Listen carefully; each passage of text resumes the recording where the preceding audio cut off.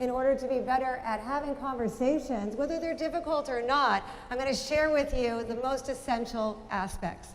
First, you have to be careful with your words, because words are containers of power. How are you using yours?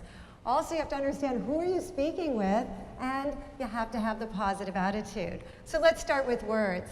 The velvet hammer. The velvet hammer is an idea that I came up with where it's soft words like velvet, but they pack a punch like a hammer and they get results. I'm going to give you a few velvet hammer expressions that I've researched for a long time. Do you ever have difficult conversations with people? Have you ever met people or started to work with people and said, I just can't work with this person, they're driving me crazy? And it happens to a lot of us, but if you use the velvet hammer, it's a lot easier.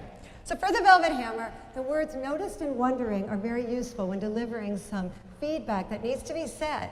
Because if you don't deliver the feedback, then nobody knows they're doing something wrong.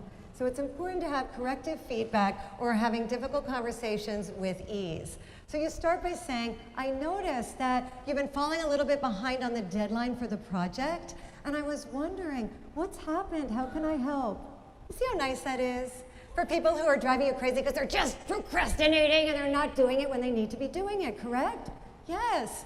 And so if you say, I noticed and wondering, it's a nice way to open a conversation for corrective feedback. But you can also use it for positive feedback to motivate people by saying, I noticed that you are so far ahead on this project. It's really incredible. And I'm wondering, how do you do it? So you can use noticed and wondering to give feedback in a positive way or in a corrective way to deliver that message. Then we want to get some action. So you've got likelihood and when for the action part.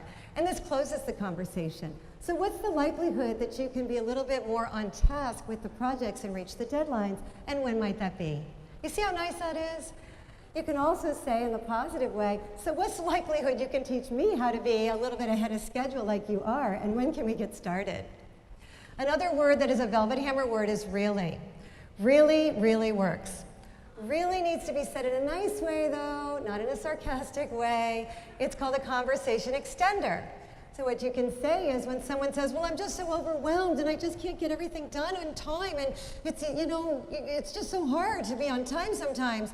And then you say, really? Tell me more. What's going on? How can I help? Now you don't want to say, really? We all have difficulties. We all have pressures. Really? That's the sarcastic way, and that's how not to do it. Bob does not approve of sarcasm. He's flexible and adaptable. So now that you have a few ways that you can communicate with the words that you're going to choose, let's go on.